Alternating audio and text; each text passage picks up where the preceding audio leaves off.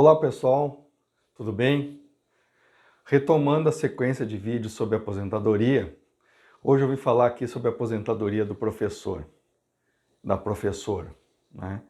Então a gente começa, em primeiro lugar, esse assunto é muito caro para mim, porque eu sou casado com uma professora que se aposentou lá em 2017 e mesmo tendo um marido advogado, ela não se aposentou bem. Por quê? Porque na época ela tinha umas regras que foram aplicadas e ela saiu com um benefício menor, ou seja, não conseguiu, perdeu dinheiro, né? Então isso é um assunto bem caro para mim. Então vamos começar bem devagar, com calma, para tentar explicar para vocês como funciona essa aposentadoria, né? Principalmente depois da reforma da Previdência, a partir de novembro de 2019. Bom, em primeiro lugar, eu quero falar de aposentadoria do professor e da professora do direito adquirido. O que significa? A professora, que tinha 25 anos de contribuição, e o professor, que tinha 30 anos de contribuição antes da reforma da Previdência, de 12 de novembro de 2019, se tu preencheu esses requisitos antes dessa data, tu pode te aposentar com a lei antiga, como a gente diz. Ou seja, preenchido esses dois requisitos, 25 anos para as mulheres e 30 anos para os homens professores, pode requerer o benefício hoje dentro desses termos. A partir dessa data, ou quem estava próximo dela, se fixou uma tal de regra permanente. O que significa? Se introduziu o requisito idade para a aposentadoria do professor. Então, se estabeleceu o seguinte, essa regra permanente, a idade para a professora, hoje, em 2021, seria 57 anos e 25 anos de contribuição. A idade do professor seria 60 anos de idade e 25 anos de contribuição. O que significa isso? Reduziu o do professor de 30 para 25, mas foi introduzido o requisito idade de 60 anos. Então essa é a regra básica, a regra permanente. Para quem estava próximo de se aposentar, faltava 2, 3 anos, hoje, vou repetir, precisa ter, a partir da regra nova, a professora 57 anos de idade e 25 anos de contribuição, e o professor precisa ter 60 anos de idade e 25 anos de contribuição. Bom, isso a partir de 12 de novembro de 2019. Essa é a regra permanente. Então, as pessoas que vinham trabalhando dentro dessas condições podem requerer essa aposentadoria. O que acontece? Quem são esses professores? Hoje, é considerado professor e professora aquele que está na sala de aula. Ou seja, o professor que está na educação infantil, ou professora, no ensino fundamental e no ensino médio.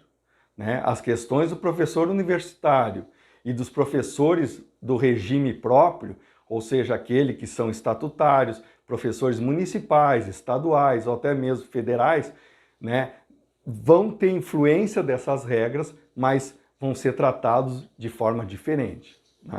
Então eu falo aqui, faço essa ressalva para o professor de escola particular, que está no ensino, repito, no ensino infantil, ensino fundamental e ensino médio, e que contribui para a Previdência Social, ou seja, para o INSS. Bom, ultrapassadas essas regras, nós vamos agora para as regras de transição. O que são regras de transição?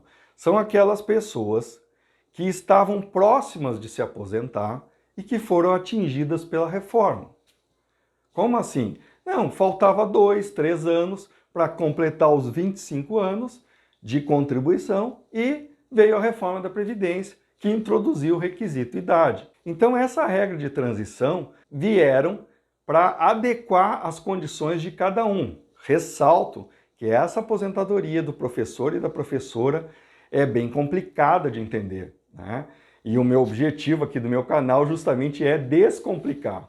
Então eu sempre sugiro para vocês que qualquer dúvida, vocês deixem aqui nos comentários, ou ativa as notificações, clica no sininho, te inscreve aqui no canal ou mantém qualquer contato, eu estou sempre à disposição nos meus canais, ok?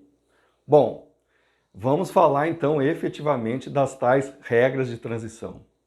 A primeira regra de transição é a regra de transição por pontos. O que acontece? Existe uma tabela de pontos. Pontos o que é? É a soma da idade mais o tempo de contribuição. O tempo de contribuição do professor e da professora a gente sabe que é sempre 25 anos. Então a gente precisa somar a idade. Hoje, a regra de transição para os pontos, ou seja, em 2021, seria o seguinte: a professora, para se aposentar, ela tem que ter 83 pontos. Então, subtraindo os 25 anos de contribuição, ela precisa ter 58 anos de idade. A professora. Por outro lado, o professor, né, a regra de transição por pontos é 93 pontos. Ou seja, 30 anos de contribuição, ele precisa somar 93, então ele vai ter que ter 63 anos de idade. Ressalto que essa regra não existe a influência ou a redução do benefício pelo fator previdenciário, porque depois da reforma, essa questão do fator previdenciário foi afastada, certo? Essa é uma das regras de transição, ou seja, a regra de transição por pontos. A outra regra de transição, o que significa? É a chamada regra de transição de pedágio. Pedágio de 50% e pedágio de 100%. Essas duas regras, às vezes, elas dispensam o requisito idade, mas elas introduzem o quê? Tu precisa trabalhar mais para poder te aposentar, ou seja, mais de 25 anos. Às vezes acontece, são regras até menos aplicáveis, mas elas existem. Ou seja, se tu estava lá próximo de se aposentar, né, independente da idade, faltava 2 anos, por exemplo, para completar os 25, uma professora, né, tu vai ter que trabalhar na regra de 50% mais um ano. Ou seja, vai atingir os 25 e vai ter que trabalhar mais um ano. 26, esse é o pedágio de 50%. O pedágio de 100% é o quê? A professora lá tinha 23 anos, faltavam 2 anos para ela completar os 25, ela vai ter que trabalhar mais 2 anos, ou seja, 27 anos. Né? Claro que essa regra existe, né, a incidência nos valores do fator previdenciário. Tá ok? Essas questões, né, do professor são bem complicadas. Eu sempre sugiro que a pessoa veja bem o seu enquadramento, tire um CNIS, um extrato previdenciário do INSS, verifique as suas contribuições e verifique o seu tempo de contribuição. Tá? Para finalizar o nosso vídeo aqui, né, eu vou bater minhas palmas para os profissionais da saúde, que diante dessa pandemia são os nossos heróis, né? Então, as minhas congratulações, os meus parabéns a todo o empenho dessas pessoas em tentarem salvar as vidas dos nossos doentes. Certo, pessoal? Até o próximo vídeo.